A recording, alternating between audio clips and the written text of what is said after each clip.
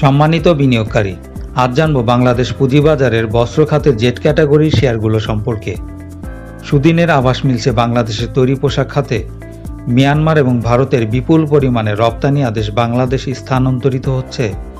মূলত এই নিউজের উপর ভিত্তি করে টেক্সটাইল সেক্টর 2021 সালের জুন মাস থেকে বাড়তে থাকে এবং যার সিংহভাগ শেয়ারের দর গড়ে প্রায় 80% বেড়ে যায়। তবে এই রপ্তানি আদেশ পুঁজিবাজারে তালিকাভুক্ত বস্ত্র খাতের কোম্পানিগুলো কেমন পাবে এবং জেড গ্রুপের কোম্পানিগুলো কেমন হবে ও তাদের বর্তমান অবস্থা কি, এই বিষয়গুলো বিনিয়োগকারীদের জানা জরুরি। বিস্তারিত আলোচনা যাওয়ার পূর্বে অনুরোধ, আপনি চ্যানেলটিতে নতুন হয়ে থাকলে পরবর্তী ভিডিওগুলো পেতে সাবস্ক্রাইব করে রাখুন। অলটেক্স শেয়ার কোম্পানিটি তালিকাভুক্ত হয় 1996 সালে। ন্যাবের পরিমাণ 15 টাকা 78 পয়সা। থার্ড কোয়ার্টার পর্যন্ত ইপিএস নেগেটিভ 4 টাকা 11 পয়সা এবং গত বছর নিরীক্ষিত ইপিএস ছিল নেগেটিভ 5 টাকা 47 পয়সা। 52 সপ্তাহের মধ্যে সর্বোচ্চ বাজার মূল্য ছিল 14 টাকা 80 পয়সা এবং সর্বনিম্ন 6 টাকা 90 পয়সা। বর্তমান বাজার মূল্য 13 টাকা 50 পয়সা অনুযায়ী RSI 65। এই কোম্পানিটির মোট শেয়ার সংখ্যা 5,69,68,000। এর মধ্যে ফ্রি ফ্লোটিং 3,31,67,000। অনুমোদিত মূলধন 1000 মিলিয়ন টাকা এবং পরিশোধিত মূলধন 560 মিলিয়ন টাকা। এর রিজার্ভের পরিমাণ 323 মিলিয়ন টাকা। সর্বশেষ ডিভিডেন্ড ছিল 2015-তে, ক্যাশ 4%, স্টক 6%। কোম্পানিটির শর্ট টার্ম লোন 2432 মিলিয়ন টাকা এবং লং টার্ম লোন 322 মিলিয়ন টাকা। কোম্পানিটি 52 সপ্তাহে সর্বোচ্চ বাজার মূল্যের কাছাকাছি অবস্থান করছে। কোম্পানিটির ন্যাবের পরিমাণ পজিটিভ হলেও ইপিএস নেগেটিভ। এছাড়াও লোনের পরিমাণ অনেক। ডিভিডেন্ড গেইন আশা না করাই ভালো। কোম্পানিটিতে শর্ট টার্ম ইনভেস্ট করে ক্যাপিটাল গেইন করা যৌক্তিক বলে মনে করছি। সিএনএ টেক্স শেয়ার কোম্পানিটি তালিকাভুক্ত হয় 2015 সালে। 2016 সালে তথ্য অনুযায়ী ন্যাবের পরিমাণ ছিল 16 টাকা 74 পয়সা। 2017 সালে তথ্য মতে থার্ড কোয়ার্টার পর্যন্ত ইপিএস ছিল 54 পয়সা। 52 সপ্তাহের মধ্যে সর্বোচ্চ বাজার মূল্য ছিল 6 টাকা 60 পয়সা এবং সর্বনিম্ন 1 টাকা 70 পয়সা। বর্তমান বাজার মূল্য 5 টাকা 90 পয়সা অনুযায়ী RSI 76। কোম্পানিটির মোট শেয়ার 23,93,16,000। 31 জুলাই 2017 সালে তথ্য মতে ফ্রি ফ্লোটিং শেয়ার 18,63,31,000। অনুমোদিত মূলধন 3,000 ও পরিশোধিত মূলধন 2,393 মিলিয়ন টাকা। 31 জুলাই 2017 সালে তথ্য মতে রিজার্ভের পরিমাণ ছিল 1248 মিলিয়ন টাকা। সর্বশেষ ডিভিডেন্ড ছিল 2016-তে, স্টক 10%। কোম্পানিটির শর্ট টার্ম লোন 23 মিলিয়ন টাকা এবং লং টার্ম লোন 60 মিলিয়ন টাকা। 2016 থেকে 2017-তে কোম্পানিটির ন্যাব ইপিএস পজিটিভ থাকলেও বর্তমানে উৎপাদন বন্ধ থাকায় সর্বশেষ তথ্য পাওয়া যায়নি। 2017 সালে তথ্য মতে রিজার্ভের পরিমাণ ভালো, তবে বর্তমান বাজার মূল্য অনুযায়ী RSI 70-এর উপরে অবস্থান করছে। বিসেক থেকে পরিচালক নিয়োগ করায় যদি কোম্পানিটি উৎপাদনে যেতে সক্ষম হয় তবে শেয়ারটি আপট্রেন্ডে থাকবে। উৎপাদনে যাওয়ার পূর্ব পর্যন্ত দীর্ঘমেয়াদে বিনিয়োগ এড়িয়ে চলা উচিত, তবে স্বল্পমেয়াদে বিনিয়োগ কম ঝুঁকিপূর্ণ মনে করছি। ঢাকা ডাইং শেয়ার কোম্পানিটি তালিকাভুক্ত হয় 2009 সালে। 2017 সালে তথ্য অনুযায়ী ন্যাবের পরিমাণ ছিল 15 টাকা 32 পয়সা। 2018 সালে তথ্য মতে থার্ড কোয়ার্টার পর্যন্ত ইপিএস ছিল -2 টাকা 51 পয়সা। 52 সপ্তাহের মধ্যে সর্বোচ্চ বাজার মূল্য ছিল 22 টাকা 70 পয়সা এবং সর্বনিম্ন 3 টাকা 50 পয়সা। বর্তমান বাজার মূল্য 22 টাকা অনুযায়ী RSI 75। কোম্পানিটির মোট শেয়ার 4,71,53,000। এর মধ্যে ফ্রি ফ্লোটিং শেয়ার 6,06,15,000। অনুমোদিত মূলধন 3,000 মিলিয়ন টাকা ও পরিশোধিত মূলধন 872 মিলিয়ন টাকা। এর রিজার্ভের পরিমাণ 463 মিলিয়ন টাকা। সর্বশেষ ডিভিডেন্ড ছিল 2015-তে, স্টক 10%। কোম্পানিটির শর্ট টার্ম লোন ছিল 421 মিলিয়ন টাকা। 2017-তে ন্যাব পজিটিভ থাকলেও 2018-তে ইপিএস ছিল নেগেটিভ। রিজার্ভের পরিমাণ পজিটিভ হলেও কোম্পানিটির স্বল্পমেয়াদী লোন লক্ষ্য করা গেছে।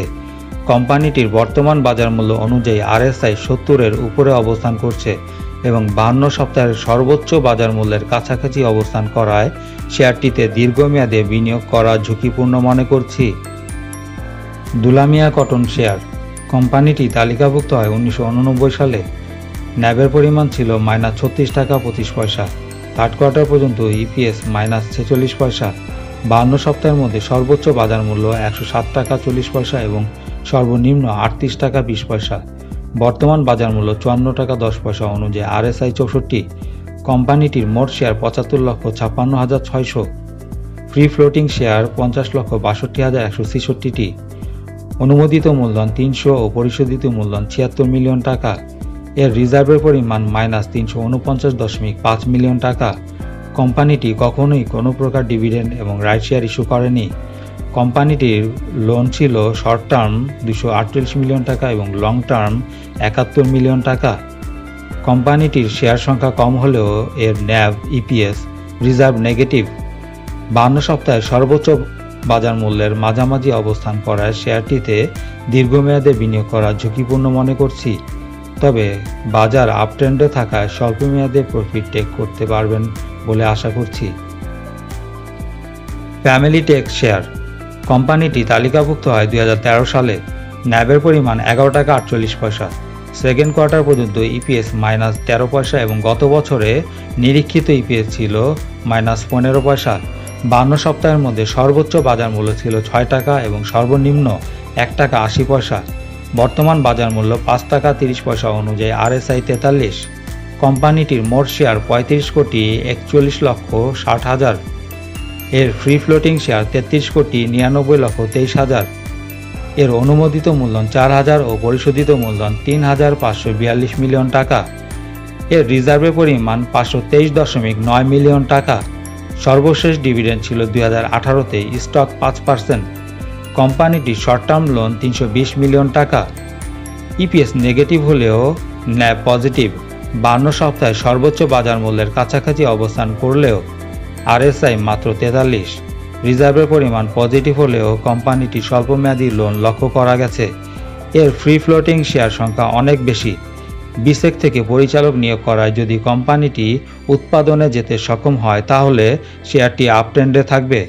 উৎপাদনে যাওয়ার পূর্ব পর্যন্ত দীর্ঘমেয়াদে বিনিয়োগ ঝুঁকিপূর্ণ মনে করছি, তবে স্বল্পমেয়াদে বিনিয়োগ করা গেলে প্রফিটটা করতে পারবেন বলে আশা করছি। Generation next share. কোম্পানিটি তালিকাভুক্ত হয় 2012 সালে। এর নিরীক্ষিত পি রেশিও 660। এর ন্যাবের পরিমাণ 11 টাকা 90 পয়সা। থার্ড কোয়ার্টার পর্যন্ত ইপিএস ছিল -3 পয়সা। 52 সপ্তাহের মধ্যে সর্বোচ্চ বাজার মূল্য 60 টাকা 40 পয়সা এবং সর্বনিম্ন 2 টাকা 20 পয়সা। বর্তমান বাজার মূল্য 6 টাকা 60 পয়সা অনুযায়ী RSI 62। কোম্পানিটির মোট শেয়ার 49,49,75,000। এর ফ্রি ফ্লোটিং শেয়ার 42,65,69,000। অনুমোদিত মূলধন 5,000 ও পরিশোধিত মূলধন প্রায় 5,000 মিলিয়ন টাকা। এর রিজার্ভের পরিমাণ 702 মিলিয়ন টাকা। সর্বশেষ ডিভিডেন্ড ছিল 2018-তে, স্টক 10%। কোম্পানিটির শর্ট টার্ম লোন 618 মিলিয়ন টাকা। কোম্পানির ন্যাব পজিটিভ হলেও এর ইপিএস সামান্য নেগেটিভ। রিজার্ভের পরিমাণ পজিটিভ হলেও কোম্পানিটির স্বল্পমেয়াদী লোন লক্ষ্য করা গেছে। বেশি পরিমাণে ফ্রি ফ্লোটিং শেয়ার লক্ষ্য করা গেছে। 52 সপ্তাহে সর্বোচ্চ বাজার মূল্যের কাছাকাছি অবস্থান করলেও RSI 70-এর নিচে অবস্থান করছে। কোম্পানিটির দীর্ঘমেয়াদী বিনিয়োগ করতে হলে চূড়ান্ত আর্থিক পারফরম্যান্স দেখে নিতে হবে, তবে বর্তমানে স্বল্প মেয়াদে প্রফিট টেক করাই উত্তম মনে করছি। মিথুন নিটিং শেয়ার। কোম্পানিটি তালিকাভুক্ত 1994 সালে। 2018 সালে তথ্য অনুযায়ী ন্যাবের পরিমাণ 19 টাকা 75 পয়সা। 2019 সালে তথ্য মতে থার্ড কোয়ার্টার পর্যন্ত ইপিএস -1 টাকা 23 পয়সা। 52 সপ্তাহে সর্বোচ্চ বাজার মূল্য ছিল 15 টাকা 50 পয়সা এবং সর্বনিম্ন 6 টাকা 60 পয়সা। বর্তমান বাজার মূল্য 13 টাকা 20 পয়সা অনুযায়ী RSI 62। কোম্পানিটির মোট শেয়ার 3,24,51,000। এর ফ্রি ফ্লোটিং শেয়ার 2,69,03,000। অনুমোদিত মূলধন 400 ও পরিশোধিত মূলধন 325 মিলিয়ন টাকা। এর রিজার্ভের পরিমাণ 316.8 মিলিয়ন টাকা। সর্বশেষ ডিভিডেন্ড ছিল 2016-তে, স্টক 20%। কোম্পানিটির শর্ট টার্ম লোন 58.5 মিলিয়ন টাকা। 2018 সালে তথ্যমতে ন্যাব পজিটিভ, তবে 2019-এর তথ্যমতে ইপিএস নেগেটিভ। 52 সপ্তাহে সর্বোচ্চ বাজার মূল্যের কাছাকাছি অবস্থান করলেও RSI 70-এর নিচে অবস্থান করছে। রিজার্ভের পরিমাণ পজিটিভ হলেও কোম্পানিটির স্বল্পমেয়াদী কিছু লোন লক্ষ্য করা গেছে। বর্তমানে স্বল্প মেয়াদে বিনিয়োগ করা কম ঝুঁকি মনে করছি অত্র কোম্পানিটি থেকে। মন্য ফ্যাব্রিক শেয়ার, কোম্পানিটি তালিকাভুক্ত 1996 সালে। এর নিরীক্ষিত পি রেশিও 225.45, এর ন্যাবের পরিমাণ 27 টাকা 30 পয়সা। থার্ড কোয়ার্টার পর্যন্ত ইপিএস 4 পয়সা এবং গত বছরের নিরীক্ষিত ইপিএস ছিল -11 পয়সা। 52 সপ্তাহের মধ্যে সর্বোচ্চ বাজার মূল্য ছিল 37 টাকা 20 পয়সা এবং সর্বনিম্ন 11 টাকা। বর্তমান বাজার মূল্য 24 টাকা 80 পয়সা অনুযায়ী RSI 66। কোম্পানিটির মোট শেয়ার 11 কোটি 50 লক্ষ। এর ফ্রি ফ্লোটিং শেয়ার 6 কোটি 11 লক্ষ 91,500। অনুমোদিত মূলধন 5,000 ও পরিশোধিত মূলধন 1,150 মিলিয়ন টাকা। এর রিজার্ভের পরিমাণ 1,618.9 মিলিয়ন টাকা। কোম্পানিটি কখনোই কোনো প্রকার রাইট শেয়ার এবং ডিভিডেন্ড ইস্যু করেনি। কোম্পানিটির শর্ট টার্ম লোন ছিল 344 মিলিয়ন টাকা এবং লং টার্ম লোন 2,899 মিলিয়ন টাকা। কোম্পানিটির ন্যাভ ইপিএস পজিটিভ, তবে পি রেশিও 225। 52 সপ্তাহের সর্বোচ্চ বাজার মূল্যের প্রায় মাঝামাঝি অবস্থান করলেও RSI 70-এর নিচে অবস্থান করছে। রিজার্ভের পরিমাণ ভালো হলেও কোম্পানিটির স্বল্পমেয়াদী ও দীর্ঘমেয়াদী অনেক বেশি লোন লক্ষ্য করা গেছে। কোম্পানিটি কখনোই ডিভিডেন্ড দেয়নি, অতএব ক্যাপিটাল গেইন করার উদ্দেশ্যে বর্তমানে স্বল্পমেয়াদে বিনিয়োগ করা যৌক্তিক মনে করছি। RN স্পিন শেয়ার, কোম্পানিটি তালিকাভুক্ত হয় 2010 সালে। এর ন্যাবের পরিমাণ মাত্র 33 পয়সা। থার্ড কোয়ার্টার পর্যন্ত ইপিএস -16 পয়সা এবং গত বছরে নিরীক্ষিত ইপিএস ছিল 88 পয়সা। 52 সপ্তাহের মধ্যে সর্বোচ্চ বাজার মূল্য ছিল 7 টাকা 90 পয়সা এবং সর্বনিম্ন 3 টাকা 40 পয়সা। বর্তমান বাজার মূল্য 6 টাকা 90 পয়সা অনুযায়ী RSI 66। কোম্পানিটির মোট শেয়ার 39 কোটি 25 লক্ষ 45 হাজার। এর ফ্রি ফ্লোটিং শেয়ার 27 কোটি 47 লক্ষ 81 হাজার। অনুমোদিত মূলধন 5,000 ও পরিশোধিত মূলধন 3,925.45 মিলিয়ন টাকা। এর রিজার্ভের পরিমাণ -4,397 মিলিয়ন টাকা। সর্বশেষ ডিভিডেন্ড ছিল 2018-তে স্টক 10%। কোম্পানিটির শর্ট টার্ম লোন 315 মিলিয়ন টাকা। কোম্পানিটির ন্যাব সামান্য পজিটিভ হলেও ইপিএস নেগেটিভ। 52 সপ্তাহে সর্বোচ্চ বাজার মূল্যের কাছাকাছি অবস্থান করলেও RSI 70-এর নিচে অবস্থান করছে। রিজার্ভের পরিমাণ নেগেটিভ এবং কোম্পানিটির স্বল্পমেয়াদী লোন লক্ষ্য করা গেছে, তবে গত বছরের তুলনায় কম লস করেছে। এই কোম্পানিটিতে ক্যাপিটাল গেইন করার উদ্দেশ্যে বর্তমানে স্বল্পমেয়াদী বিনিয়োগ করা যৌক্তিক মনে করছি। দীর্ঘমেয়াদে বিনিয়োগকারীদের আরও 2টি কোয়ার্টারের পারফরমেন্স দেখে বিনিয়োগ করার পরামর্শ রইল। তাল্লো স্পিন শেয়ার, কোম্পানিটি তালিকাভুক্ত 1990 সালে। 2019 সালের তথ্য অনুযায়ী ন্যাবের পরিমাণ 11 টাকা 97 পয়সা। 2019 সালের তথ্য মতে থার্ড কোয়ার্টার পর্যন্ত ইপিএস -85 পয়সা। 52 সপ্তাহে সর্বোচ্চ বাজার মূল্য ছিল 9 টাকা এবং সর্বনিম্ন 2 টাকা 90 পয়সা। বর্তমান বাজার মূল্য 7 টাকা 90 পয়সা অনুযায়ী RSI 65। কোম্পানিটির মোট শেয়ার 4 কোটি 93 লক্ষ 35 হাজার। এর ফ্রি ফ্লোটিং শেয়ার 6 কোটি 25 লক্ষ 35 হাজার। এর অনুমোদিত মূলধন 2,000 ও পরিশোধিত মূলধন 893 মিলিয়ন টাকা। এর রিজার্ভের পরিমাণ 176.1 মিলিয়ন টাকা। সর্বশেষ ডিভিডেন্ড ছিল 2015-তে স্টক 10%। কোম্পানিটির শর্ট টার্ম লোন 465 মিলিয়ন টাকা এবং লং টার্ম লোন 710 মিলিয়ন টাকা। 2019 সালে তথ্য মতে কোম্পানিটির ন্যাব পজিটিভ হলেও ইপিএস নেগেটিভ। 52 সপ্তাহে সর্বোচ্চ বাজার মূল্যের কাছাকাছি অবস্থান করলেও RSI 70-এর নিচে অবস্থান করছে। রিজার্ভের পরিমাণ পজিটিভ এবং কোম্পানিটির স্বল্পমেয়াদী ও দীর্ঘমেয়াদী লোন লক্ষ্য করা গেছে। বর্তমানে অত্র কোম্পানিতে স্বল্পমেয়াদে বিনিয়োগ করা কম ঝুঁকিপূর্ণ মনে করছি। তমিজ টেক্স শেয়ার, কোম্পানিটি তালিকাভুক্ত 1992 সালে। এর নিরীক্ষিত পি রেশিও 73.73। এর ন্যাবের পরিমাণ 80 টাকা 50 পয়সা। থার্ড কোয়ার্টার পর্যন্ত ইপিএস 98 পয়সা এবং গত বছরে নিরীক্ষিত ইপিএস ছিল 1 টাকা 18 পয়সা। 52 সপ্তাহের মধ্যে সর্বোচ্চ বাজার মূল্য ছিল 94 টাকা 70 পয়সা এবং সর্বনিম্ন 13 টাকা 20 পয়সা। বর্তমান বাজার মূল্য 87 টাকা অনুযায়ী RSI 86। কোম্পানিটির মোট শেয়ার 3 কোটি 65 হাজার। এর ফ্রি ফ্লোটিং শেয়ার 1 কোটি 31 লক্ষ 62 হাজার। এর অনুমোদিত মূলধন 350 মিলিয়ন টাকা ও পরিশোধিত মূলধন 301 মিলিয়ন টাকা। এর রিজার্ভের পরিমাণ 2119.6 মিলিয়ন টাকা। সর্বশেষ ডিভিডেন্ড ছিল 2020 সালে ক্যাশ 10%। কোম্পানিটির শর্ট টার্ম লোন 1936 মিলিয়ন টাকা এবং লং টার্ম লোন 1136 মিলিয়ন টাকা। কোম্পানিটির ন্যাভ ইপিএস পজিটিভ হলেও পি রেশিও প্রায় 74। রিজার্ভের পরিমাণ পজিটিভ হলেও কোম্পানিটির স্বল্পমেয়াদী ও দীর্ঘমেয়াদী লোনের পরিমাণ বেশি লক্ষ্য করা গেছে। 52 সপ্তাহের সর্বোচ্চ বাজার মূল্যের কাছাকাছি অবস্থান করছে এবং আরএসআই 86 হওয়ায় অত্র শেয়ারটি বর্তমানে দীর্ঘমেয়াদে বিনিয়োগ করা খুবই ঝুঁকিপূর্ণ মনে করছি। অভিজ্ঞ বিনিয়োগকারী ব্যতীত বর্তমানে অত্র কোম্পানিতে স্বল্প মেয়াদে বিনিয়োগ করাও ঝুঁকিপূর্ণ মনে করছি। টুং হাই শেয়ার কোম্পানিটি তালিকাভুক্ত হয় 2014 সালে। 2015 থেকে 2016 সালে তথ্য অনুযায়ী ন্যাবের পরিমাণ 12 টাকা 63 পয়সা। 2017 সালে তথ্য মতে থার্ড কোয়ার্টার পর্যন্ত ইপিএস 61 পয়সা। 52 সপ্তাহের মধ্যে সর্বোচ্চ বাজার মূল্য ছিল 7 টাকা 90 পয়সা এবং সর্বনিম্ন 1 টাকা 90 পয়সা।